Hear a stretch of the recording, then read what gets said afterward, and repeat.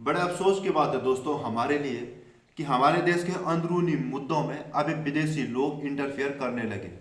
अब ये हमको बताएंगे कि क्या हमारे लिए सही है, क्या हमारे लिए बुरा है। इन सब का डिसीजन अभी विदेशी लोग लेंगे। हमारे देश में 70 दिनों से किसान प्रोटेस्ट चल रहे थे और बड़े पीसफुल चल रहे थे, और अब ऐसा लग रहा है कि ये प्रोटेस्ट देश का नहीं बल्कि एक विदेशी मुद्दा बन चुका है। मियाँ खलीफा जैसी पॉर्न स्टार इस मुद्दे में इन्वॉल्व हो चुकी है।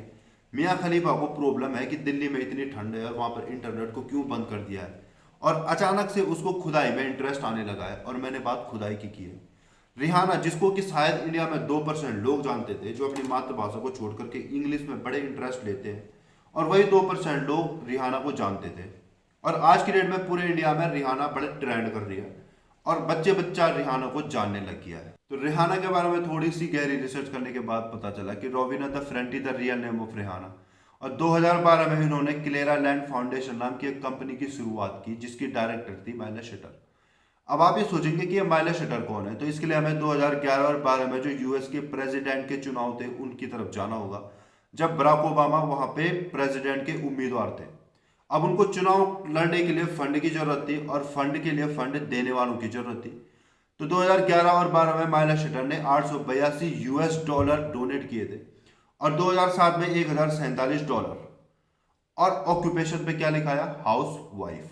अब ओबामा और माइला शटर का आपस में क्या कनेक्शन है, इस आर्टिकल का लिंक मैं आपको डिस्क्रिप्शन पे दे दूंगा, आप जाकर के पढ़ सकते हो और आपको क्लियरली पता चल जाएगा कि इनका कनेक्शन क्या है। मैं मुद्दे की बात बताता हूँ कि 2012 से 2016 के बीच में जब ओबामा प्रेसिडेंट थे, तो उस टाइम पे सबसे ज्यादा टैक्स पेयर करने वाला बंदा था कौन, source. Soros is a billionaire, but somehow his own money isn't enough to fund the totality of his anti-American agenda. So, U.S. taxpayers had to step into the breach and help as well, and they did.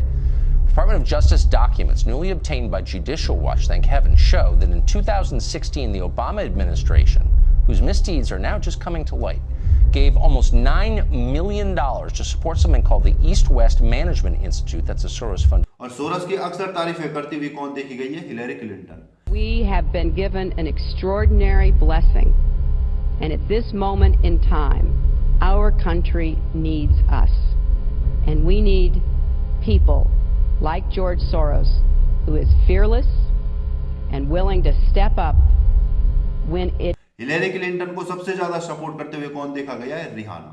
अब आपको समझ में आने लग गया होगा कि Rihanna की जो डायरेक्टर है वो कौन है, माइला शटर, जो कि ओबामा के करीब है, और ओबामा हिलेरी क्लिंटन सोरस के करीब है। और ये सोरस वही बंदा है जिसने मोदी को डिक्टेटर कहा था, यानी कि इसकी नजर में मोदी एक डिक्टेटर है।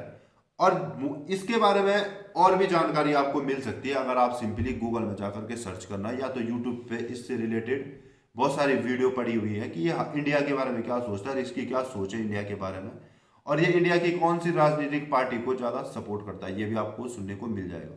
और रिहाना जैसे सेलिब्रिटीज को सपोर्ट भी कौन कर रहे हैं, दिलजीत दोसांझ। आप टेक्निकली सोचिए कि रिहाना के ट्वीट आने के 10 घंटे के बाद दिलजीत दोसांझ का एक गाना पब्लिश होता है, रिहाना रिहाना करके।